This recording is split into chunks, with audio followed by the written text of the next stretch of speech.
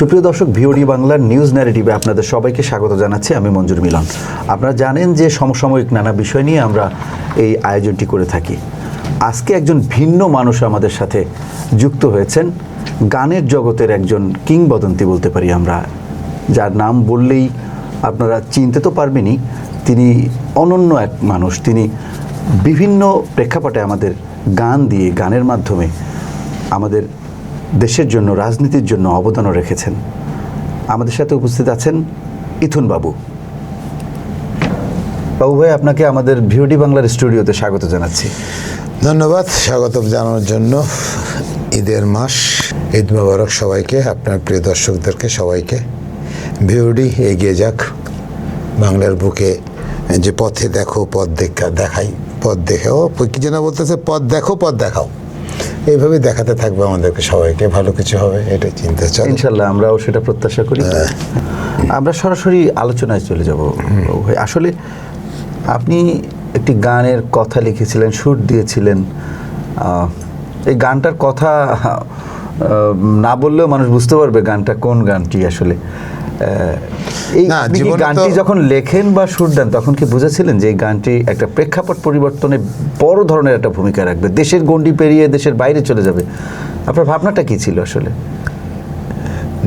দেশটা তোমার বাপের নাকি করছো ছলা গলা, কিছু বললেই ধরতা চেপে জনগণের গলা, মনে রেখো যুদ্ধ করে রক্ত দিয়ে দেশ পেয়েছি, দেশ দেশ দেশ বাঁচাতে রক্ত দিতে রাজি আছি, ভয় দেখিয়ে হবে না কাম। এখনো শরীরে কাটা দিয়ে উঠছে আসলে গানের কথাগুলো এমনই। 2022 এমন কিছু চরিত্র আমাদের সামনে আসছে, ফ্যাসিস্ট খুনি হাসিনার, যে সব কিছুতে তখন আমাদের নিজের কাছে উলটপালট, আমাদের জীবন উলটপালট, সবার জীবন উলটপালট। কী করছে? এটা ওর বাপের, সেটা ওর বাপের, এটা ওর বাপের, সেটা। মানে একদিন রাত্রিবেলায় কোনো এক জায়গায় ঘুমায় আছে, হঠাৎ করে চিন্তা হলো দেশ তো ওর বাপের, তাহলে আমরা কী করবো? আমরা কার? জনগণের জন্য কিছু করতে হবে। তখন লিখলাম, দেশটা তোমার বাপের নাকি করছো ছলাগলা। কেউ কিছু বললেই ওদেরকে জেলে ঢুকাচ্ছে। আপনি কোন সাহসে লিখেছিলেন এই গান? এটা তো লিখতে সাহস লাগে না, দেশপ্রেম। আমি তো জাতীয়তাবাদীতে বিশ্বাসী। কেন সাহস বললাম? তখনকার প্রেক্ষাপট আসলে সবারই জানা। প্রেক্ষাপট জানা হয় যে এক হাতে মৃত্যু, এক হাতে মুক্তি। শহীদ প্রেসিডেন্ট জিয়া রহমানের সৈনিক না আমরা? আমরা তো জাতীয়তাবাদীতে বিশ্বাসী, যে স্বাধীনতার ঘোষকের মনে করেন সৈনিক আমরা। এখানে ভয় পাওয়ার কিছু নাই আমাদের। আমাদের তো জাতীয়তাবাদী দলটা তার ভণ্ড দল না। ওই 2072 দেখেন শেখ মুজিব কী করছে, একদলীয় নান্তরত্বরতে বাকশাল তৈরি করছে। তারা কি করছে? আপনাদের সংবাদের পত্র বন্দিকা করে দিয়েছে, লোক দিয়ে, রক্ষী বাহিনী দিয়ে লক্ষ লক্ষ লোক মেরেছে। এখান থেকে দেশকে নিয়ে আসছে কে? এই শহীদ প্রেসিডেন্ট জিয়া রহমান। এগুলো খেয়াল করার পরে চিন্তা করলাম যে দেশটা তো আসলে ওদের বাপের না, দেশটা তো আসলে আমাদের সবার। এখনও বলছি, দেশটা সবার। আমাদের দেশের মাটিটা সবার, দেশের ধান, দেশের মাছ, দেশের মাটি, সবই তো সব আমাদের দেশের। আমাদের গোয়াল ভর্তি ধান, পুকুর ভর্তি মাছ, আমরা খালি খেতে জানি না। আমাদের প্রবলেমটা এটা, অন্য কিছু না। আমরা যদি খালি সিস্টেম খেতে জানতাম, তাহলে আজকে আমাদের হাত পাততে হতো না, কারো কাছে যেতে হতো না। এটা শহীদ প্রেসিডেন্ট জিয়া রহমান নিজেই বলেছিলেন। ওনার খাল খলন দেখেন, মানুষের পাশে দাঁড়ানো থাকেন, সেটাই আমাদের ভারপ্রাপ্ত চেয়ারম্যান কাজ করছে, যে মানুষকে পাশে রাখুন, পাশে থাকুন। ওটাই আমরা কাজ করছি। না, যখন দেখলেন যে আপনি এই গানটি লিখলেন, সুর দিলেন, এই গানটি প্রকাশ হলো, এই গানটি জনপ্রিয়তা পেল, তখন তো আপনি খুশি। কিন্তু যখন দেখলেন যে একটা তরুণ প্রজন্ম, একটা প্রজন্মের সবার মুখে এই গানটা, এবং প্রতিবাদের ভাষা এই গানটা শুধু একটা কিছু কথা না, প্রতিবাদ করছে। এবং এমনকি এই গানটা একসময় স্বৈরাচারের পতনের একটা মূল বিষয় হয়ে দাঁড়ালো। তখন আসলে আপনার অনুভূতিটা কি, কেমন? এটা হচ্ছে আসলে 2022-এর তৈরি। এটা আমাদের এটা কার্যকর হয়েছে, বেশি করে কার্যকর করছে। পার্শ্ববর্তী দেশ কাজ করছে, শ্রীলঙ্কা কাজ করছে, এটার উপরে একটা ইংলিশেও করা হচ্ছে। সবাই, মানে গোটা বাংলাদেশ না, গোটা বিশ্ববাসী যারা বাংলাদেশি যেখানেই থাকুক, তারা খুব ওটাকে অন্যভাবে নিয়েছে। ফ্যাসিস্টের পরাজয়টার পিছিয়ে যখন এরা গান করছে, যখন এই গানটা নিয়ে রাস্তায় নামছে, জনগণ নামছে, সবাই আমাদের, বিশেষ করে গানটার পিছিয়ে রহস্যটা হচ্ছে যে এখানে একটু ছোট্ট কথা বলতে হবে, যেখানে আমাদেরকে তখন কিন্তু আমাদের পিছিয়ে ছিল আমাদের একটা, মানে কি বলবো, একটা আমাদের শক্তি পাওয়া দিক, সেটা ছিল বিএনপির ভারপ্রাপ্ত চেয়ারম্যান জনাব তারেক রহমান। আমি এই প্রশ্নটি আপনাকে করতাম যে অনুপ্রেরণার জায়গা। হ্যাঁ, ওটাই আসছি। তো উনি তখন আমাদেরকে কিন্তু, আমাকে এখনও, মানে আজ অবধি আমাদেরকে ওনার কথা ছাড়া আমি চলি না। আমাকে কেউ কোনো কথা বলতে পারে না, উনি বলে আমি কাজ করি। এখনও তাই। ভারপ্রাপ্ত চেয়ারম্যান বলে এটা করতে হবে, বললো যে আমাকে পয়লা বৈশাখ করতে হবে। আপনি কি করবেন আমি জানি না, আপনাকে করতে হবে। আমি পয়লা বৈশাখ সকাল 6টা থেকে সন্ধ্যা 6টা পর্যন্ত একদম লক্ষ লক্ষ লোকের ভিড় জমায় দিয়েছি। উনি আর বললে আমাদের সাহস বেড়ে যায়। তো এই পিছের রহস্যটা হলো জনাব তারেক রহমান, ভারপ্রাপ্ত চেয়ারম্যান বিএনপি। উনি স্ট্রাগল, আমাদের যে স্ট্রাগলগুলো উনি করতো, দেখাতো। আমাদের তো আলাদা ফোন নম্বর ছিল, আমার, মৌসুমি, পরাণের, শিবাসানুর, মুন্নার, রিপনের, এরা কিন্তু আমাদের একটা জোট ছিলাম। আমরা কিন্তু ভাঙছি 5ই আগস্ট রাত্রে, কিন্তু আমরা এখানেই শাহবাগের মোড়ে। গানটা যখন উঠে আসছে তখন কিন্তু সবাই বুঝতে পারছে যে আসলে একটা কিছু গান দিয়ে যে হয়, গান দিয়ে যে করা যায়। আমরা তার আগে কিন্তু তারুণ্যের সমাবেশগুলো করছি গোটা বাংলাদেশ। জি, তখন কিন্তু প্রথমে আমরা স্টার্টিংয়ে গান ছিল ফিরাই দে মোর ভোটের অধিকার ওরে স্বৈরাচার। হ্যাঁ, আমরা কিন্তু তোমাকে ওদেরকে সতর্ক করছি, তোমার পিয়ার ভেঙে যাচ্ছে, তুমি দেখছো চেয়ারে আর বুঝতে পারবে না। আমরা কিন্তু তাদেরকে ভোটের বাক্সে লাথি মারো, আমরা কিন্তু তৈরি করছি ধর ধর ধর, চোরদের ধর, জনগণ করছে প্রতিবাদ, দফা এক দাবি এক, শেখ হাসিনার পদত্যাগ। এগুলো কিন্তু আমরা করে আসছি, কোনো কিছুতে ছাড় দিইনি। এই জন্যই বলতেছি যে যারা এখন দেশ নিয়ে নড়বড় করবে তাদের বিরুদ্ধেই আমরা, অন্যায়ের বিরুদ্ধে আমরা প্রতিবাদ, অন্যায়ের বিরুদ্ধে প্রতিবাদ ছিল, থাকবে, এবং আমরা করেই যাব। কিন্তু এর পিছিয়ে একজন আছে, এটাই বললাম। বলেন। আমরা এখন একটু ভিন্ন আলোচনা। এই যে 16 বছরের স্বৈরাচারের যে জিনজির ভেঙে আসলে 24-এ তরুণ প্রজন্মের বিস্ফোরণ, গণবিস্ফোরণ, সেখান থেকে একটা গণবিপ্লব, এর মধ্য দিয়ে দেশ অনেকে বলে নতুন করে স্বাধীন হয়েছে, অনেকে বলে এটি একটি কি বলে গৃহযুদ্ধ, অনেকে বলে এটি একটি গণ অভ্যুত্থান। যেভাবেই বলুন না কেন, যেভাবেই বলি না কেন, ব্যাখ্যা যেভাবেই দিই না কেন, মূলত তরুণ প্রজন্মের যে অধিকারহীন থাকার যে একটা বিষয়, সেখান থেকে বেরিয়ে এসে নিজের অধিকার নিয়ে গলা ফাটিয়ে বুক চিতিয়ে দাঁড়ানো, এই 24 নিয়ে কি বলবেন আপনি? আমরা আন্দোলনে আছি 15 বছর আমরা আন্দোলন করছিলাম। আন্দোলনে ছিল বিএনপি, দমন পীড়ন, জেল, মামলা, হামলা, সব কিছু আপনি খেয়াল করে দেখবেন। তারপরে কিন্তু আমরা আন্দোলনটা কিন্তু ধরে রেখেছি, আমরা আন্দোলনে ছিলাম, এখনও আছি। এটা ঘটছে, এটাকে আপনি ফেলে দিতে পারবেন না। এটা একটা আমাদের একটা অন্যরকম চেতনা কাজ করছে, বাসা থেকে লোকজন বেরিয়ে আসছে, ছাত্র সমাজ বলেন, শ্রমিক বলেন, রিক্সা চালক বলেন, আমাদের এখানে কি সবারই কিন্তু একটা সম্পৃক্ততা আছে। এই 24টাও কিন্তু কারো পাবেন না, অবশ্যই না। এটাও আমাদের সকলের। যেমন আমরা তো 5ই আগস্ট রাত্রি 12:30টার সময়, 5ই আগস্ট হয়ে গেছে 12টার পর, 12:30টার সময় কিন্তু আমরা শাহবাগে আমরা কিন্তু কাজ করছি, সবাইকে নিয়েই কাজ করছি। দেশটা আমাদের সবার, যেহেতু এই জয়টাও সবার। পালাইছে স্বৈরাচার, পালাতেই হবে, তাকে কোনো ছিল না, ওয়ে ছিল না, পথ ছিল না। আমরা যেভাবে কাজ করছি দেশের জন্য, বিএনপি যেভাবে এখনও রাজপথে আছে, বিএনপি সবসময় জন্য রাজপথে ছিল, বিএনপি পালানোর দল না। আপনি কত দমন পীড়ন করছেন, আপনি কাউকে বিএনপি ভাঙতে পারছেন এখন পর্যন্ত? না, পারেন। আপনি আসেন না, ভালো করে অ্যানালাইসিস করেন। মানে আমাদের আপসীর নেত্রী বেগম খালেদা জিয়া বলেছিল যে আমরা কিন্তু বিএনপি একটা বট গাছ, 2-4টা পাতা পড়ে গেলে বট গাছের কোনো যায় আসে না। এই মবিন, এই শামসুর, এই অমুক, তৈমুর, অমুক তমুক যারা গেছে তাদের কিন্তু বিএনপি, তারা অধঃপতনে পড়ে গেছে, তারা অধঃপতনে মানুষের পায়ের নিচে চলে আসছে। তো 2-1টা থাকবেই। ওই আমরা ভাত খেতে গেলে দেখবেন যে 2-1টা চালের মধ্যে কণাটনা থাকে, কালো কণাটনা, তো এরকম বাদ দিতে হয়। তো বিএনপি অনেক বড় দল, বিএনপি জনগণের দল, বিএনপি ভাঙা অত সহজ না। এখন যারা যারা আসছে তারা একটু কর্মকাণ্ড করছে, অমুক সমক হ্যান ত্যান, দেখেন আপনার অনেকেই করতেছেন। তো আমরা ইমরান এইচ সরকারকে দেখেছি, ইমরান এইচ সরকারকে তো দেখেছি, শাহবাগ কাঁপাইছে, এমনকি তার একজন মন্ত্রী তার মেয়েকেও তার হাতে তুলে দিয়েছিল। তো এই ইমরান এইচ সরকার কোথায় এখন? নাই। তখন যে আন্দোলন ছিল, লক্ষ লক্ষ লোকের আন্দোলন তারা করছে, কিছু করতে পারছে? কিছু করতে পারছে? তারা কোথায়? এই চিন্তাগুলো যারা নতুন নতুন আসছেন তারা ওই চিন্তা মাথা রেখে কাজ করেন। আপনাদেরকে আমি সাধুবাদ জানাই, আমি কাউকে অবজ্ঞা করার জন্য আপনার এই টেবিলে আসিনি। সবাই মিলে দেশ গড়তে হবে, আপনার কাজ আপনি করেন। একজন উপদেষ্টার পার্সোনাল সেক্রেটারি পিএসের টাকা কত? 300 কোটি 400 কোটি। ধরা পড়ছে, কে ধরতেছে? দুদক ধরতেছে। এই মান সম্মানটা আমাদের লাগছে, কারণ আপনাদের পাশে আমরা ছিলাম, আছি। এই মান সম্মানগুলো আমাদেরকে লাগে, এটা 24-এর চেতনার সরকার। হ্যাঁ, তাহলে এই মান সম্মানগুলো যখন লাগে যে অমুক উপদেষ্টার পিএসের 300 কোটি, অমুক পিএসের 400 কোটি, এটা আমাদের কাছে খারাপ লাগে। তখন ভাবতে খারাপ লাগে যে আমরা এক হাতে মৃত্যু, এক হাতে মুক্তি নিয়ে কাজ করলাম, এদের জন্য, এদের সাথে কাজ করলাম। তখন কি আবারও বলতে ইচ্ছা করে দেশটা তোমার বাপের? এটা তো এই জন্য এই গানটা তো করে রেখেছি। এই যে জন্য আবার বলছি তোমার চেয়ার ভেঙে যাচ্ছে তুমি দেখছো, আমরা কিন্তু আবার বলে দিচ্ছি, আমরা কিন্তু আবার বলে দিচ্ছি ওই গানগুলোকে স্মরণ করেন। আমাদের 39টা গান আছে, 39টা গান দেখেন, দেখে আপনি দেশ পরিচালনা করেন।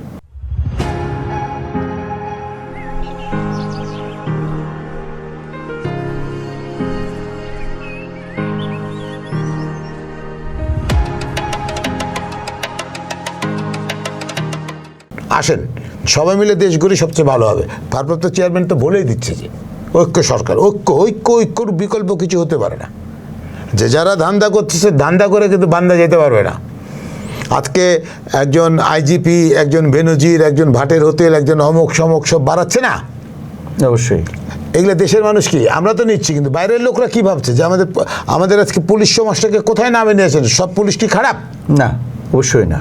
সব তো পুলিশ খারাপ না, কিন্তু ওই খারাপের অংশটা তাদের গায়ের মধ্যে লেগে যাচ্ছে। তা আমরা কোথায় বসবাস করছি? এই যে আজকে উপদেষ্টাদের পিএস গুনা যে দুদুক ডাকছে, তাদের কাছে 400 কোটি, 300 কোটি, 250 কোটি টাকা পাওয়া যাচ্ছে, এটা কি তাদের কাছে চাওয়া ছিল 24-এ? আমাদের প্রশ্নই ওঠে না। 24-এর চেতনা তো একটা পরিবর্তনের বাংলাদেশ। এনসিপি মনে করেন যারা যারা করতেছে, এখন তো আমার কাছে সবাই বলতেছে যে এনসিপি পার্টিটাই তো হতেছে আমাদের ডক্টর ইউনূস স্যারের, কিন্তু না, আমি বলবো যে না, স্যার অনেক ভালো মানুষ। স্যারের যখন 6 মাসের জেল হয়, সেদিনকে আমাদের ভারপ্রাপ্ত চেয়ারম্যান আমাকে বলছে ওনার জন্য কিছু করেন। আমরা কিন্তু ওনাদেরকে নিয়ে গানও আছে, দেখবেন আমার অধিকার কারাগারে, ইউটিউবে সার্চ দিলে দেখবেন ইথুন বাবুর গান আমার অধিকার কারাগারে পেয়ে যাবেন। ডক্টর ইউনূস সাহেবকে নিয়ে গানটি, স্যারকে নিয়ে করতে বলছে কে? এই আমাদের ভারপ্রাপ্ত চেয়ারম্যান ডক্টর ইউনূস সাহেব তো আমাদের জাতির। তাহলে তার তো মানে তার কার্যক্রম দেখে এখন মনে হয় যে ওনার দলটার নামই এনসিপি। আমি তো সিপি বলি না, আমি ছিপি বলি না। এটি অনেকেই মনে করছে যে আসলে এই ভাই, আপনি আমার কাছে কথা হইতেছে, আপনি এই ইয়েতে এভিডেন্সে যাবেন কেন? আপনাকে কেন, আপনি আসছেন সুন্দরভাবে ভোটের তারিখ দিবেন, সুন্দরভাবে সংস্কারের যতটুকু আপনারা পারবেন না, পরবর্তী সরকার এসে করবে, দেশটাকে একটু ইয়ে করেন না। যেমন আমি সেনকে একটা টেলিভিশনে বলছিলাম, পেঁয়াজের দেন আপনি কমাই দিয়েছেন, ফাইন 15 টাকা খাওয়াই দিয়েছেন লোককে। কৃষকের কথা চিন্তা করেছেন? কৃষকটা যে ট্রেনের নিচে এসে আত্মহত্যা করলো, আলু তো নামাই দিলেন, আলুর দাম একদম আলুর মতো করে নামাই দিলেন, হাজার হাজার লোক বেকার হয়ে পড়ে আছে, হাজার হাজার কোল্ড স্টোরে কেউ ঢুকতে পারছে না, তাদের কি হবে? তারা কিন্তু মরে গেল, কৃষককে কিন্তু আপনি মেরে ফেললেন, আর জনগণ খুব হাসছে, এরকমই সরকার দরকার, বারবার পচাবন করেন। এগুলো কি? কৃষককে মেরে ফেললেন না, ও আর জীবনে পেঁয়াজ উৎপাদন করবে, সাহস পাবে? আলু উৎপাদনকারী সেই সন্তানগুনা বাবার দোকানে তাকে আছে, বাবার আলু পচে যাচ্ছে আর বাবা কাঁদছে, কি করবেন? তো এই জিনিসগুলো আপনাকে মেনটেন্স করতে হবে। আপনি আসছেন, জনগণ আপনাকে ভালোবাসে, সবাই আপনাকে ভালোবাসে, আমরাও অবশ্যই ভালোবাসি। আমাদের মা জননী আপসীর নেত্রী আপনাকে নিয়ে সংসদে কথা পর্যন্ত বলেছে। আপনি যখন নোবেল পেয়েছেন, এই নোবেলটা আমাদের জন্য, তো আমাদের নোবেল আপনি পেয়েছেন, আমরা এটাকে গর্ব করি। হ্যাঁ, এই গর্বটা আপনি ধরে রাখবেন। স্যারের কাছে এতটুকু রিকোয়েস্ট, স্যারের কাছে যাতে কেউ না মনে করে যে স্যারের দেশটা স্যারের, এটা মনে করে, দলটা যাতে স্যারের না মনে করে। অনুরোধ, ডিসেম্বরে দিতে চাচ্ছেন ইলেকশন, নির্বাচন দিয়ে দেন। আমরা সবাই 15 বছর ভোট দিইনি, চিন্তা করতে পারবেন? 15 বছর ভোট দিইনি, আপনিও দেননি না। আবার তো মনে করেন কেউ দিতে গিয়ে দেখে তার একবার ভোট দিতে গিয়েছিলাম, তখন আমাকে সূত্রাপুরে আমার ভোট ছিল, তো ওখানে ভোট দিতে গিয়েছিলাম, তখন আমাকে ভোট দিতে বারণ করলো, বললো ভাই আপনার ভোট আমরা দিয়ে দেবো। তা আমি হেসে বললাম ঠিক আছে। পরে বলে আসলাম ভাই আমি তো সাংবাদিক মানুষ, ভোট দিতে চাচ্ছিলাম। সাংবাদিক তাহলে একটা ভোট দিয়ে যেতে পারেন? আমি বললাম না, যেহেতু আপনারা ভোটটা নিয়ে নিছেন, আমি সাংবাদিকতার অনারারি থেকে ভোটটা দিতে চাচ্ছি না, আমি পরিস্থিতিটা দেখে গেলাম। আমরা মনে করছিলাম উনি এসে এগুলো চেঞ্জ করে ফেলবে বা এগুলা হবে, তো উনি এসে যেভাবে মনে করেন যা কিছু করতেছে বা যা কিছু যাচ্ছে, বিদেশে গিয়ে বলছে একটা দল ভোট চায় আর কেউ চায় না, কিন্তু উনি ভুলে যাচ্ছে যে 35টা দলই ভোট চায়, মাত্র 3টা দল ভোট চায় না, মাত্র 3টা দল। তো আপনি একজন নোবেল বিজয়ী লোক, আপনি মিথ্যা আশ্বাস নেবেন কেন? এই জিনিসগুলো আমাদেরকে না সাধারণ মানুষকে খুব ব্যথা দেয়, যে একজন ভালো লোকের কাছ থেকে খারাপ কেউ কিচ্ছু আশা করে না, কেউ কিচ্ছু। ওনার নামে অনেকেও অনেক রকম কথা বলতেছে, সেটাও আবার আমি পছন্দ করি না, কারণ ওনার নামে ব্যক্তিগত কাউকে কোনো কথা বলা থাকতেই পারে না, মানুষকে আমাদের সবকিছুর ঊর্ধ্বে রাখা উচিত। আমাদেরই কোনো নেতা বলে হয়তো তাকে ব্যক্তিগত, এই ব্যক্তিগত থেকে হটে আসতে হবে। এটা কিন্তু আপনি খেয়াল করে দেখবেন ফ্যাসিস্ট শেখ হাসিনা ছিল ব্যক্তিগত চর্চা, এই চর্চাটা ইদানিং কিছু 2-1টা নেতা বিএনপির বড় নেতারাও করতেছে। আমি মানা করতেছি আপনার মাধ্যমে, এইগুলা থেকে হটে আসতে হবে। এগুলা কিন্তু আপনার জন্য কিন্তু একসময় দাঁড়াবে। ব্যক্তিগতটা ওটা নিয়ে আপনি জনগণের সামনে তুলে নিয়ে আসবেন, এটা আমরা কোনোদিনই পছন্দ করি না। আমরা বিএনপি ক্ষুদ্র কর্মী হিসেবে বললাম। না, এখন সরকার যাই করুক না কেন, সরকার নেতিবাচক যাই করুক না কেন, ডক্টর ইউনূস সাহেবকে সেই দায়ভার তো নিতেই হচ্ছে বা নিতে হবে, কেননা তিনি প্রধান উপদেষ্টার দায়িত্বে রয়েছেন। ওইটা আমি আপনাকে তো ওটাই বলছি, তাহলে কৃষকের দায়িত্বটাকে নেবে, যে কৃষকটা ট্রেনের নিচে আত্মহত্যা করলো। সেটাই তো বললাম, যে আলুর ব্যবসায়ী ট্রাকের উপরে বসে আছে দিনকে দিন আলু পচছে আর দেখছে আর চোখের জল ফেলছে, এদের দায়িত্ব কে নিবে? আলু আলুদের খবর নিয়েছেন? যে লোকটা পেঁয়াজ ব্যবসায়িক ছিল, যে লোকটা ট্রেনের সামনে আত্মহত্যা করলো, তার পরিবারের খবর নিয়েছেন? না, সরকার এই খবরটা যেমন নেয়নি, তেমনি আপনি যেমনটি বলছিলেন, সরকার যদি এই বিষয়গুলো অনুধাবন করে যে হ্যাঁ সব কিছুর দায়ে ডক্টর ইউনূসকে নিতে হবে, তখন তো ডক্টর ইউনূসের এই বিষয়টা কি বোঝাটা যে অতি দ্রুত, অর্থাৎ দ্রুত সময়ের মধ্যে একটি পরিবেশ তৈরি করে, সুন্দর সুষ্ঠু পরিবেশ তৈরি করে নির্বাচন দিয়ে ক্ষমতার হস্তান্তর, এটা হলো বেস্ট পলিসি। আর সংস্কারের যে বিষয়গুলো, সেগুলো নিশ্চয়ই সেগুলো সংস্কার হবে, সেগুলো একটা রাজনৈতিক ঐক্যমত তৈরি করে একটি সংস্কারের রূপরেখা দিয়ে সেখানে সবাই যদি সিগনেচার করে, হ্যাঁ যারাই ক্ষমতায় আসুক, পরবর্তীতে সংস্কারটা কন্টিনিউয়াসলি চলবে, it's an continuous process. So doctor ইউনূসের তো দায় নিতে হয় না, তিনি আমাদের গর্বের জায়গায় থাকতে পারেন। সেই জায়গা থেকে আপনার মূল্যায়নটা কি? আমাদের মূল্যায়ন হচ্ছে, দেখেন আমরা কিন্তু প্রথম থেকে বিএনপি এখন পর্যন্ত কিন্তু ডক্টর ইউনূসের পাশে আছে। আপনি খেয়াল করে দেখবেন, গতকালকে না গত পরশু দিনকা আমাদের সালাউদ্দিন ভাই অনেক সুন্দর কথা বলছে। আমাদের বিএনপিকে ছিলেন, ওনার ডাকে সাড়া দিয়ে গেছিলেন, উনি কিন্তু অনেক সুন্দর সুন্দর কথা বলেছে ওখানে। তো স্যারের কাছে আমার চাওয়া, স্যারের সাথে আমি স্যারকে খুব ভালোবাসি, আমরাও ভালোবাসি, বিএনপি ভালোবাসে, বিএনপির চেয়ারপারসন তাকে পছন্দ করে। চেয়ারপারসনকে তারা এবার যে সংবর্ধনা দিল, লাল গালিচার উপর দিয়ে নিয়ে আসলো, এটাও আমি সম্মানের চোখে দেখি। এই সম্মানগুলো ধরে রাখার জন্য আপনাকে নির্বাচনটা খুব আগে দিতে হবে এবং জনগণের সাথে থাকতে হবে আপনাকে। আপনি ডক্টর ইউনূস কিন্তু একটাই, দুইটা না। নোবেল বিজয়ী ডক্টর ইউনূস একটাই, আমাদের এখানে আছে, এখানে থাকতে বলতেছি, এখান থেকে বের করতে চাচ্ছি না আমরা। উনি এমন কিছু করুক, ওনার আশেপাশের লোকদেরকে উনি চিনুক, যাকে পানিশমেন্ট দেওয়ার দরকার দেখুন। দেখেন আমি বলি আপনাকে, যখন আমাদের বিএনপির ক্ষমতা আসছিল, তখন আব্দুল সাত্তার সাহেব ছিলেন, একদিনে 40 জনকে কিন্তু চাকরিচ্যুত করে দিয়েছিল, উনি খেলা দেখাই দিয়েছিল।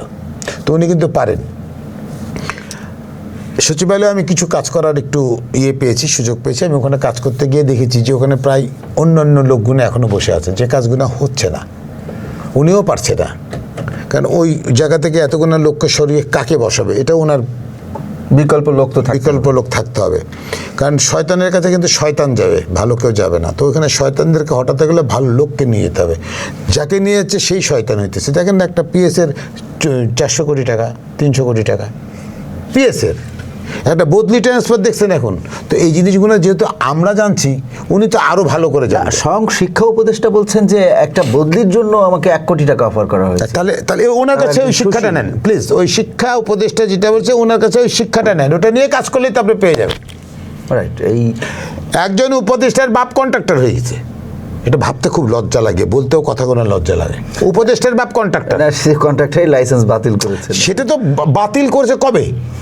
পরবর্তীতে। তাহলে লোক যখন জানাজানি হয়েছে, না জানার জন্য লোক কোন বিষয় তাহলে কন্ট্রাক্টারি করতে আপনাকে হিসাব করতে হবে।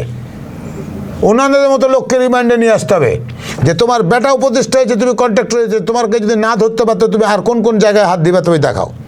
এদেরকে নিয়ে এসে বসায় এদেরকে একটা জনগণের সামনে স্পষ্টভাবে বলে দিতে হবে, স্পষ্ট তুলে ধরতে হবে। তাহলে দেশে এগুলো হবে না। আইনের শাসন, জবাবদিহিতা, এগুলো থাকতে পারলেই দেশটা আপনার এগিয়ে যাবে।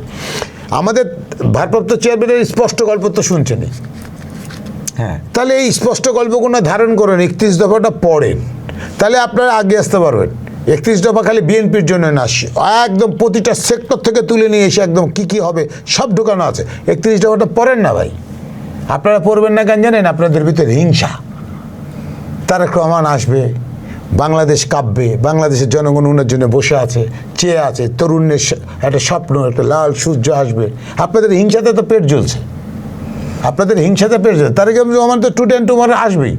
আপনি খালি আমাদেরকে দয়া করে, মাপ চেয়ে বলছি, দয়া করে আপনি আমাদেরকে খালি নির্বাচনের তারিখটা দেন। এগুলা আশেপাশে যেগুলো পার্টি বুটি আছে না, ওরা সব হয়ে যাবে। কিসের আপনি এখন আপনার ওই পার্টির কোনো কিছুই নাই, ওরা কীভাবে আসবে আমি তো বুঝি না। তো আমার এগুলো দেখলে আমি একা একা রাত্রিবেলায় খুব হাসি পাই। বাংলাদেশের বাহির থেকে কয়েকজন আছে খুব চটপট চটপট কথা বলে, মনে হলো দেশের বাপ মা, ওরা যা বলবে তাই হবে, ওদের ভিউ ব্যালেন্সের জন্য ওরা ইনকাম করে, এগুলো আমরা জানি। অতএব আপনার দেশে যদি কাউকে কোনো কথা বলতে হয়, প্লিজ আপনার কাছে রিকোয়েস্ট সবার কাছে, আপনারা দেশে এসে জনগণের সামনে কথা বলেন, ইউটিউব বাদ দেন, আসেন আমাদের মতো লক্ষ লক্ষ লোকের সামনে কথা বলেন, যদি জি থাকে আসেন, তাহলে বুঝবে লোকজন আপনাকে আসবে, তাহলে বুঝবেন যে আপনি কোথায় আছেন। বিএনপি একটা বৃহত্তর দল, শহীদ প্রেসিডেন্ট জিয়া রহমানের আদর্শ, জনগণ ওনাদের দিকে তাকায় থেকে বেগম জিয়ার জন্য লক্ষ লক্ষ লোক দাঁড়িয়েছিল না এবার আসার সময়। হ্যাঁ। তা আপনাদের কি নলেজে পড়ে না? একটা তারুণ্যের সমাবেশে 16 লক্ষ 17 লক্ষ লোক, আপনাদের কি মাথা ঘুরে? হিংসা হয়? তো আপনি ভোট দিতে বলতেছি, স্যারের কাছে এতটুকুই কাম্য, এই ঈদের ইয়েতে স্যার যেতে ভোট দেয়। যাই হোক, আমরাও সেটি প্রত্যাশা করি, দেশে দ্রুত গণতান্ত্রিক যে প্রক্রিয়া সেটি আবার নতুন করে ফিরে আসুক। এবারে একটু আপনার দলীয় প্রসঙ্গে যাচ্ছে। আপনার দল 31 দফা দিয়েছে, এর আগে সাবেক প্রেসিডেন্ট জিয়া রহমান 19 দফা দিয়েছিলেন, বেগম জিয়া ভিশন 2030 দিয়েছিলেন, সব কিছুর সমন্বয়ে 31 দফা দিয়েছেন আপনারা। একটা পরিবর্তনের প্রত্যাশা, জনগণের মধ্যে একটা পরিবর্তনের যে প্রতিশ্রুতি আপনারাও দিয়েছেন। সেই প্রতিশ্রুতি আপনাদের, সেই পরিবর্তনটা আপনাদের দলের ভেতরে কতটুকু হচ্ছে? আপনি ভেতরে এটা নিয়ে আমরা কাজ করছি। এখানে ভারপ্রাপ্ত চেয়ারম্যান সবাইকে দিয়ে অন্যান্যভাবে কাজ করতেছি। আমরা উঠান বৈঠক করছি, মানুষের পাশে যাচ্ছি, মানুষকে বুঝাচ্ছি। 24 নম্বর তো নারীদের অধিকার সংরক্ষণ, ওটা নিয়ে আমরা কাজ করছি। আমি যেটা বলতেছি, আমাদের ভারপ্রাপ্ত চেয়ারম্যান বলেছে কিন্তু 31 দফাটা কিন্তু 35-এও যেতে পারে। কিভাবে হতে পারে? কিভাবে? আপনার চাওয়াটা, আপনি দেখেন এখানে কিন্তু আমাদের 31 দফার মধ্যে কিন্তু সব দলই আছে, সব দলের চাওয়া থেকে তো 31 দফা। হ্যাঁ, তো এখানেই মানুষকে বোঝাতে হবে এই জিনিসটা, যে আমাদের সাথে সব দলের কিন্তু ঐক্য নিয়েই কিন্তু 31 দফা। আবার 31 দফাতে যদি কোনো দল মনে করে, কোনো একটা পার্টি যদি মনে করে যে আমাদের এখানে এটা একটু লাগবে, সেটাও চিন্তা ভাবনা করে ওখানে হবে, তখন 32 হবে। আরেকজন আপনি বললেন, উনি বললেন, তখন 33 হবে। এইভাবে কিন্তু 35-36 করে বাড়তেই পারে। এটা একটা সুন্দর, এই পরিকল্পনাটাকে আমরা সবাই মিলে যদি সুন্দরভাবে মানুষের কাছে নিয়ে যেতে পারি। 31 দফা প্রতিটা সেক্টরের কথা বলা আছে, কেউ অন্য কিচ্ছু বাদ দেওয়া নাই। না, আমার প্রশ্ন যেটিতে ছিল সেটি হলো যে আপনারা 31 দফা দিয়েছেন, আপনারা যখন ক্ষমতায় আসবেন সেটি বাস্তবায়নের প্রশ্ন আসবে, এটা একটা প্রতিশ্রুতি, আপনাদের রাজনৈতিক প্রতিশ্রুতি। কিন্তু এই 31 দফার যে আদর্শিক দিকগুলো আছে, নৈতিক যে দিকগুলো আছে, সেখানে আপনাদের দলের ভিতরে কতটা পরিবর্তনের চর্চা করা হচ্ছে? দলের ভিতরে তো অবশ্যই চর্চা হচ্ছে। 31 দফা নিয়ে প্রতিটা সেক্টরে কাজ করছে, প্রতিটা জায়গাতে কাজ করছে, আমরা করছি, আমরা জাসাসও করছি, আমরা মানুষের কাছে গিয়ে উঠান বৈঠক করে কাজ করতেছি। সবাইকে দেখেন স্তর করে ভাগ করে দেওয়া আছে, ঈদের পরে আবারও তাই করবে। 31 দফার উপর তো অনেক বৈঠক হচ্ছে, এবং কি ভারপ্রাপ্ত চেয়ারম্যান বিভিন্ন উপজেলা জেলাতে কথা বলতেছে খালি 31 দফার উপরে। এখন আমাদের দলের যারা ভিতরে কিভাবে নিবে এটা তার ব্যক্তিগত বিষয়। দলকে ভালোবাসতে 31 দফাকে নিয়ে কাজ করতে হবে। 19 দফাটাকেই তো 31 দফা করা হচ্ছে, 19 দফা কিন্তু বাদ দেওয়া হচ্ছে। এখন ঘটনা হলো ওই জিনিসগুলোকে দায়িত্ব হিসেবে নিয়ে আমাদেরকে দায়িত্ব পালন করে যারা বুঝছে না তাদের কাছে বোঝানোর কাজটা হচ্ছে এখন আমাদের। আচ্ছা, এই আপনারা যে পরিবর্তনের কথা বলছেন, এই পরিবর্তনের যে চ্যালেঞ্জ, একটা রাজনৈতিক বিএনপির মতো একটা বড় রাজনৈতিক দলে বিভিন্ন ধরনের লোক থাকে, বিভিন্ন শ্রেণীর লোক থাকে, বিভিন্ন পেশার লোক থাকে, বিভিন্ন মন মানসিকতার লোক থাকে। এদেরকে নিয়ে আপনাদের রাজনৈতিক প্ল্যাটফর্ম, সেই পরিবর্তনটা তো ওখানে আমি বলি, রাজনৈতিক প্ল্যাটফর্মে আপনারা এত বড় চ্যালেঞ্জে যে পরিবর্তনের যে আশ্বাস দিচ্ছেন মানুষকে, এত বড় চ্যালেঞ্জ আপনারা কিভাবে নেবেন? পরিবর্তনটা আমরা চাচ্ছি কিভাবে সবাইকে নিয়ে, আপনি দেখবেন ঐক্যর কথা বলতেছে, এবং কি লাস্ট সেদিনকে আমাদের আপসীর নেত্রী ওখানেও লাস্ট সবাইকে ঐক্য নিতে হবে, ঐক্যবদ্ধ হয়ে থাকতে হবে। আমাদের সাথে তো অনেক পার্টি আছে, ধরেন 35 জন পার্টি আমাদের সাথে অঙ্গভাবে জড়িত থাকে, আমরা তাদেরকে নিয়েই কাজ করতে চাই। দেশটা তো সকলের। আপনি দেখেন আমাদের ভারপ্রাপ্ত চেয়ারম্যান কত সুন্দর কথা বলেছে, মানুষের পাশে থাকুন, পাশে রাখুন। অতএব এখানে কিন্তু কর্মসংস্থার বিষয় আছে, এই জিনিসটাকে কিন্তু আমরা ওইভাবে ধরে কিন্তু কাজ করছি। এই যে পাশে থাকুন, পাশে রাখুন, এই যে শব্দটা, মানে আপনার কর্মসংস্থা দিতে হবে একটা, তাহলে কিন্তু আপনি এগিয়ে আসবেন। তো আমরা কিন্তু সবাইকে নিয়ে কাজ করতে চাচ্ছি, এই জিনিসটা হচ্ছে আমাদের ভারপ্রাপ্ত চেয়ারম্যানের সবচেয়ে বড় ঐক্য। জাতীয় একটা নির্বাচন, এই যে এই কথাগুলো, ওনার কথাগুলোকে যদি আপনারা ঠিকমতো ধরেন বা ঠিকমতো বিশ্লেষণ করেন, তাহলে কিন্তু খুঁজে পাবেন আমরা কিন্তু একা কিছু করতে চাচ্ছি না, বিএনপি একা কিছু করতে চাচ্ছে না, সবাইকে নিয়ে করতে চাচ্ছে, যেটা ফ্যাসিস্ট করে গেছে। যেটা ফ্যাসিস্ট করে যে দেশ আমার, বাপ আমার, অমুক আমার, তমক আমার, ওরা বলছে আমরা এখান থেকে বেরিয়ে আসতে চাইছি, আমরা সকলে মিলে সুন্দরভাবে দেশটাকে গড়বো। আমাদের দেশটা তো আসলে সবার। শহীদ প্রেসিডেন্টের স্বপ্নটাই তো এটা ছিল। শহীদ প্রেসিডেন্টের স্বপ্নটা কী ছিল? 19 দফা পড়লে তো আপনি পাবেন। 19 দফার মধ্যে সব কিছু, ওরা কাজ করছে খালি 11 আর 12 নিয়ে, মানে ধরো, কাটো আর মারো। তো আমরা এখান থেকে বেরিয়ে আসতে চাচ্ছি। আমাদের ভারপ্রাপ্ত চেয়ারম্যান এই জিনিসটাকে নিয়ে খুব কাজ করতেছি। ইনশাল্লাহ দেশের মানুষ অবশ্যই শান্তি পাবে ইনশাল্লাহ আগামী নির্বাচনের পরে, যদি আমরা বিএনপি দল গঠন করতে পারি। আপনাদের রাজনৈতিক নেতা, ভারপ্রাপ্ত চেয়ারম্যান, তিনি কবে দেশে আসতে পারেন বা কবে আসবেন? অবশ্যই অবশ্যই অবশ্যই আসলে সুন্দর হতো। আসলো বলে তো আসলে দেখবেন যে উনি, আমার কাছে একটা মজার বিষয় আছে, যে একটা ছোট্ট কথা বললে আর কি প্রিয় দর্শকদেরকে, যে ওনার সাথে একটা কথা বলতে বলতে হচ্ছে, আমি বলছিলাম যে লিডার আপনি শুক্রবার দিন এসেন। তো কেন শুক্রবার দিন কেন? তাই বললাম যে তাহলে আপনার রাস্তাঘাট একটু ফাঁকা থাকবে, তাহলে আসবেন, কারণ জনসমুদ্র হয়ে যাবে। তো হচ্ছে আমি এমনভাবে আসবো, কাউকে না বলে চুপ করে আসবো। এবং আমাদের মৌসুমি ছিল, মৌসুমিকে বলছে, মৌসুমি আমি কিন্তু তোমার সামনাসামনি এসে আমি আর তোমার ভাবি গান শুনবো, এটাই আমাদের প্রাপ্য। তো আপনার কি এরকম কোনো ইচ্ছা আছে যে আপনার ভারপ্রাপ্ত চেয়ারম্যানের আগমন উপলক্ষে একটা গান লিখবেন? না, গানের তো কাজ করতেছি, আমাদের তেল দেওয়ার অভ্যাসটা আমার নাই। উনি তো আসবে, জনগণের জন্য আসবে, ওনাকে তেল দিয়ে আমি গান লিখবো কেন? উনি কি কাজ করবে তার এগেনস্টে আমি গান লিখবো। রাইট। আমি তেল দেওয়াতে বিশ্বাস করি না। তেলের দাম বাড়ার, এটাও আমি বলেছি ওনার সামনাসামনি, যে লিডার তেলের দাম বাড়ছে খালি একমাত্র আমরা এই তেল দেওয়া দিয়ে করার জন্য। এখান থেকে বেরিয়ে আসতে হবে, আপনাকে দেশ দিয়ে কাজ করতে হবে। তেল দেওয়া উনিও পছন্দ করে না, ভারপ্রাপ্ত চেয়ারম্যান তেল দেওয়া পছন্দ করে না। আপনার মুখে কথাটা শুনে আসলে ভালো লাগলো, কেননা আমরা বিগত দিনে দেখেছি স্বৈরাচার ফ্যাসিস্ট শেখ হাসিনাকে নিয়ে বিভিন্ন জন এইভাবে তেল মেরেছে, এবং এই তেল দিতে দিতে আসলে কিন্তু একটা সময় দেখা যায় যে এত বেশি তেলে হয়ে যায় যে সে ধরাছোঁয়ার বাইরে চলে যায়। এরকম ঘটনা না, এরকম আমাদের কোনোদিনই চিন্তা ভাবনা ছিল না। আমরা বলেছি মানুষের পাশে থাকুন, মানুষকে পাশে রাখুন। আমরা কোনোদিনই 200 কোটি 300 কোটি টাকা দিয়ে কোনো চলচ্চিত্র হবো না, যে চলচ্চিত্রের মধ্যে মনে করেন লুকিয়ে থাকবে মানুষের রক্ত খেকো পয়সা, মানুষের দুর্ভিক্ষর চিন্তায় সব ওই পয়সাগুলো দিয়ে একটা কোন কাকে নিয়ে সিনেমা বানায় দিয়েছেন। বানানোর দরকার আছে, তার যদি তাকে প্রেজেন্টেশন করেন তাকে অবশ্যই আছে, কিন্তু আপনার আয়ত্তের মধ্যে করেন। আপনি 300 কোটি টাকা 400 কোটি টাকা খরচ করে নিয়ে গিয়ে বানাবেন, গোটা বাংলাদেশে তার স্ট্যাচু বানাতে হবে 400 500 হাজার হাজার কোটি কোটি টাকা খরচ, এগুলোর মধ্যে আমরা নাই। আমরা এখান থেকে বহুত কিছু শিখে আসছি। কিন্তু আপনার দলের যিনি প্রতিষ্ঠাতা শহীদ প্রেসিডেন্ট জিয়াউর রহমান, তিনি একটি কথা বলতেন যে তোমরা যখনই সংকট দেখবে তখনই মানুষের কাছে যাও, তাদের বর্তমান চেয়ারম্যান সংকট কি এটি দেখো এবং তাদের পাশে দাঁড়াও, তাদেরকে পরামর্শ। এটা বর্তমান চেয়ারম্যানই বলছে। এবং রাজনৈতিক যে দূরদর্শিতা ছিল, তার যে দূরদর্শিতার মাধ্যমে তিনি একটি পররাষ্ট্রনীতি, পাশাপাশি দেশের স্বনির্ভরতা অর্থাৎ কৃষি কিভাবে বিপ্লব ঘটলো, এটি আসলে সেই সময়ের যারা ছিলেন স্টেক হোল্ডার তারা এগুলো বলছেন, এবং বিভিন্ন লেখালেখিতে এগুলো আমরা পাচ্ছি। সুতরাং এই যে দূরদর্শিতা এবং জিয়াউর রহমানের এই যে কর্মকাণ্ড, রাজনৈতিক দলকে দাঁড় করানোর পাশাপাশি রাষ্ট্রকে একটি শক্ত ভিতের উপর দাঁড় করানো, এই দুটো বিষয়কে প্যারালাল নিয়ে যাওয়া। এবং আমি একটি কথা একটি টকশোতে বলছিলাম যে একটি সমাবেশে বা একটি মিটিংয়ের মধ্যে যদি কেউ তেল মেরে কথা বলতো কিংবা কেউ শুধু প্রশংসা করতো, তার কথা তিনি শুনতে চাইতেন না, বরঞ্চ যিনি বিরুদ্ধে কথা বলতেন এবং যিনি সমালোচক ছিলেন তার কথা শুনতেন এবং তাকে আলাদা ডেকে নিয়ে তার কথা শুনতেন। এই যে এই চর্চার জায়গায় কি আপনারা পুরোপুরি আছেন, নাকি সেখান থেকে তো অনেকখানি সরে গেছেন? আসলে আমি জানি না, আমি যেটি দেখছি সেটি বলছি একজন গণমাধ্যম কর্মী হিসেবে। আপনি কথাটার প্রসঙ্গটা অনেক কটা একসাথে, অনেক সুন্দর প্রশ্ন। লাস্টেরটাই সরে গেছে নাকি? ঘটনা হচ্ছে আপনি যেখানে গেছেন সেখানে দেখেছেন সরে গেছেন, আর যেখানে সরে যায়নি সেখানে আপনি যাননি। হতে পারে, হ্যাঁ, এটাই আপনার একটা ভুল দেখা আছে। আমরা যদি সরে যেতাম তাহলে তো মনে করেন 15 বছর 15.5 বছরই তো সরে যেতাম। এখান থেকে একটা সুন্দর ফল নেন না। আমাদেরকে মনে করেন আপনাকে পায়নি, আপনার ওয়াইফকে ধরে নিয়ে গেছে, বাপকে পায়নি, সন্তানকে ধরে নিয়ে গেছে, কি তার বিএনপি ছেড়ে পালাইছি? আমরা কোন হাত থেকে, মৃত্যুর হাত থেকে বেরিয়ে আছি। এখন বন্ধু মনে করি ইলিয়াস আলীর কোনো খবর নাই, অমুকের খবর নাই, তমুকের খবর নাই, কোনো গুম খুন ইত্যাদি এগুলো কার কাছ থেকে শিখেছি বলে কি আমরা করবো?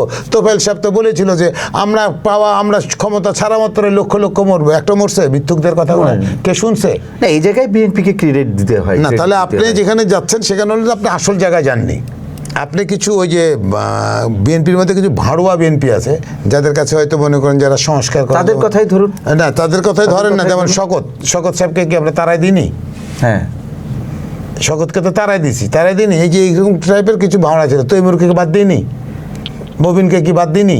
এরকম তো বাদ দিতে আসি। দেখেন 5ই আগস্টের পরে চিন্তা করে দেখেন যে কতজন আমাদের দল থেকে বহিষ্কার হচ্ছে। বেশ কিছু লোক, অনেক লোক। তাহলে আমাদের কার্যক্রম কি আপনার ভালো লাগছে না? না, ভালো এটাই হচ্ছে ভারপ্রাপ্ত চেয়ারম্যান জনাব তারেক রহমান।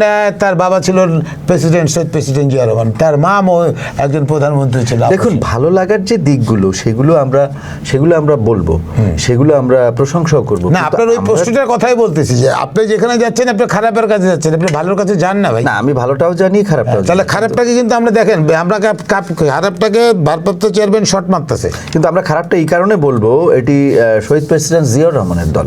তিনি যে আদর্শের মানুষ ছিলেন, তিনি সততা এবং নৈতিকতা এবং তার যে নির্মোহতা। আমি একদিন তোফায়েল আহমেদ সাহেবের একটা ইন্টারভিউ আনতে গিয়েছিলাম। আমি সাংবাদিকতা করার ক্ষেত্রে কারণে আমি অনেকের কাছে ইন্টারভিউ আনতে যেতে হতো, এটি 11-11 সময়। তখন তার কাছে আমি একটি প্রশ্ন করেছিলাম যে আসলে জিয়াউর রহমান সম্পর্কে আলোচনা হচ্ছিল অফেয়ারে আমাদের পাশাপাশি বসে। তখন জিজ্ঞেস করেছিলাম যে জিয়াউর রহমান সম্পর্কে আপনার মন্তব্যটা কী? তখন উনি বলেছিলেন উনি একজন সৎ এবং নির্লোভ মানুষ। তো আমি তখন বললাম যে একজন রাষ্ট্রনায়ক বা একটা দলের প্রধান হওয়ার জন্য এর চেয়ে বেশি কি তোফায়েল ভাই দরকার? উনি কোনো মন্তব্য করেননি, উনি হেসে দিয়েছিলেন।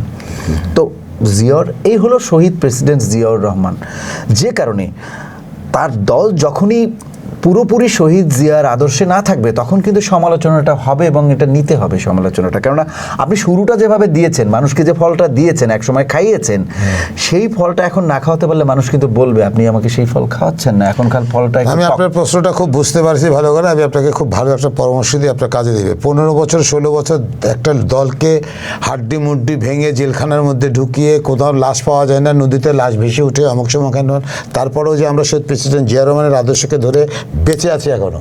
শহীদ প্রেসিডেন্ট জিয়া রহমানকে তো ফেলে দেওয়ার কিছু নাই।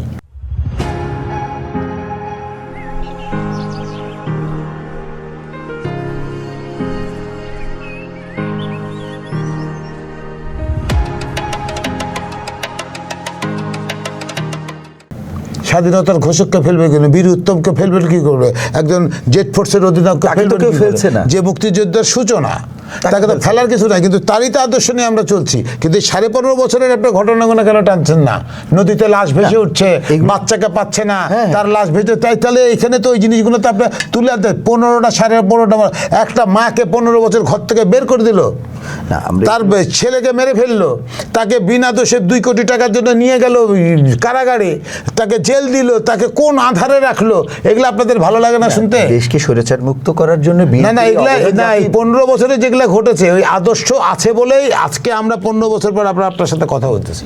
এই শহীদ প্রেসিডেন্ট জিয়া রহমানের আদর্শে 3.5 বছরের যে প্রেক্ষাপট উনি শাসন করে গেছেন, এখনো দেখেন জিয়াটি বেঁচে আছে শহীদের মরুভূমির প্রান্তে, যার নাম জিয়াটি, নিম গাছ কে বানাইছে? তাহলে গোটা বিশ্বের কাছে 3.5 বছরের শহীদ প্রেসিডেন্ট যেভাবে ওরা মুছে ফেলার চেষ্টা করেছিল, পারছে কি মুছে ফেলতে? না, পারেনি। এখানে লেখা নাম তো আপনি মুছবেন কি করে রে ভাই?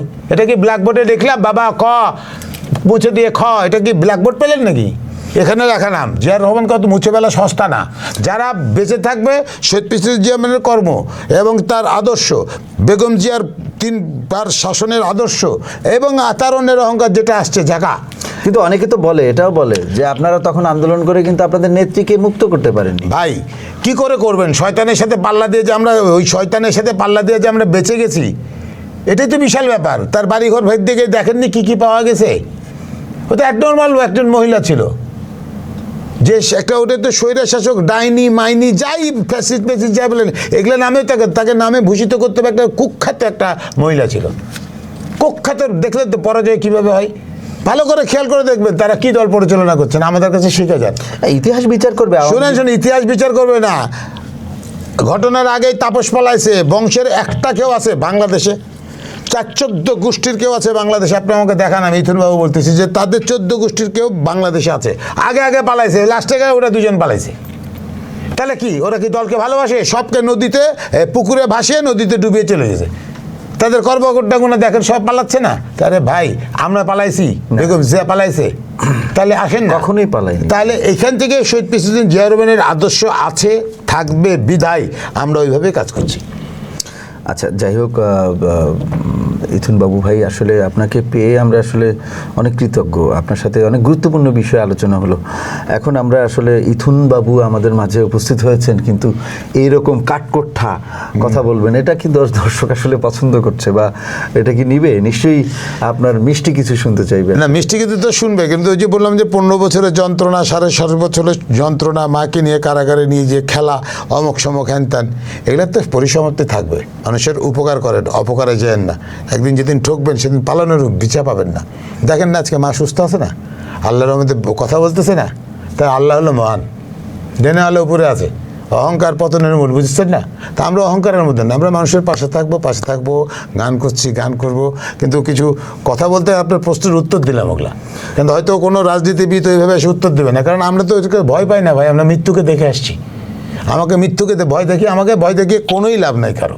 যদি কপালে থাকে ওরাতে মৃত্যু হবেই, আর যদি না থাকে তাহলে আপনাকে কিন্তু মৃত্যু দিয়ে আসতে পারবে, এটা একদম জয় করে আসতে পারবে। তো আমরা আমরা ছিনিয়ে নিয়ে আসছি আমাদের অধিকার, আমরা বলতে পারছি দেশটা তোমার বাপের নাকি। তো যাই হোক, গানের মানুষ, গান নিয়ে আছি, সামনে অনেক কিছু ভালো কিছু আসবে ঈদের ইয়েতে বলতেছি। আপনারা আমাদের সাথে থাকুন, বিএনপির সাথে থাকুন, আমরা যাচাস করি, যাচাসে থাকুন। নতুন কিন্তু চিন্তাভাবনা, এই শহীদ প্রেসিডেন্ট জিয়া রহমানের চিন্তাভাবনাকেই আমরা কাজে লাগাচ্ছি।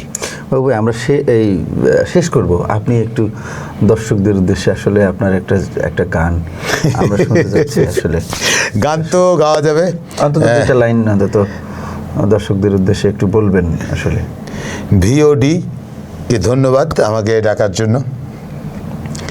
আমি যেটা গানটা করছিলাম এই আমার অধিকার কারাগারে, তো ওইটা ওদের জন্যই করেছিলাম, কারণ ওইখানে তখন ওই মুহূর্তে মহাসচিব রিজভি সবাই জেলের মধ্যে ছিল। তো ধর ধর ধর চোরদের ধর, জনগণ করছে প্রতিবাদ।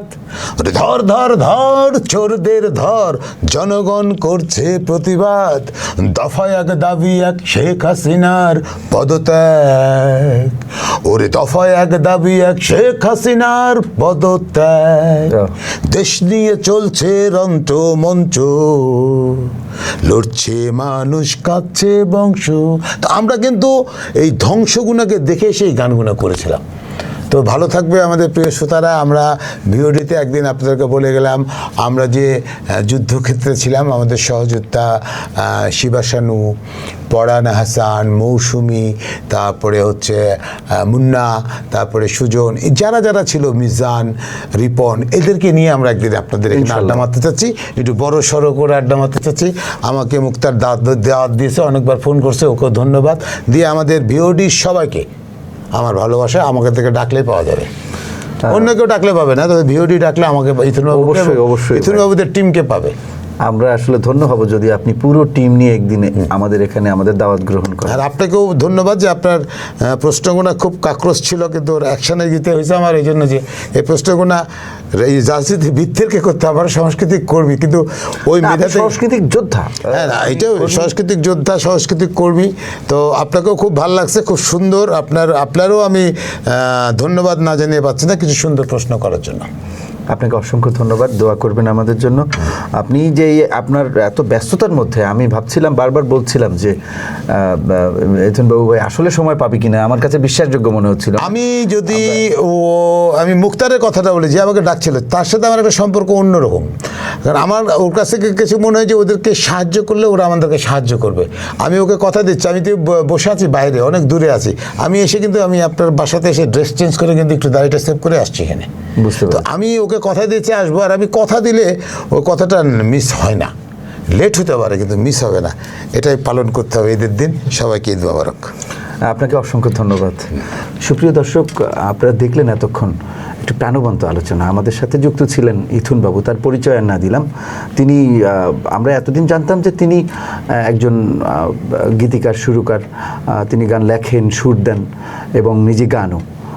কিন্তু তার এই যে ঝাঁঝালো বিদ্রোহী বীরের মতো যে তিনি যে একজন রাজনৈতিক কর্মী হিসেবেও যে তিনি একজন যোদ্ধা, এটি আসলে আমাদের অনেকেরই হয়তো জানা নেই। তার সাংস্কৃতিক অঙ্গনের পাশাপাশি তিনি বিএনপির রাজনীতির সাথে জড়িত আছেন সবাই জানলেও এই রাজনৈতিক যোদ্ধা পরিচয়টা তার আসলে অনেকেই হয়তো জানেন না। সেই পরিচয়টা অনেকে আজকে পেলেন। তো আমরা ইথুনবাবু ভাইয়ের সর্বাঙ্গীন মঙ্গল কামনা করি, পাশাপাশি তিনি আমাদের ভিডি বাংলায় এসছেন, এজন্য তাকে ধন্যবাদ জানাই, কৃতজ্ঞতা প্রকাশ করছি। তো সুপ্রিয় দর্শক, আমরা এখানে শেষ করছি। সবাই ভালো থাকুন, সুস্থ থাকুন, আর ভিওডি বাংলার সাথেই থাকুন। ধন্যবাদ।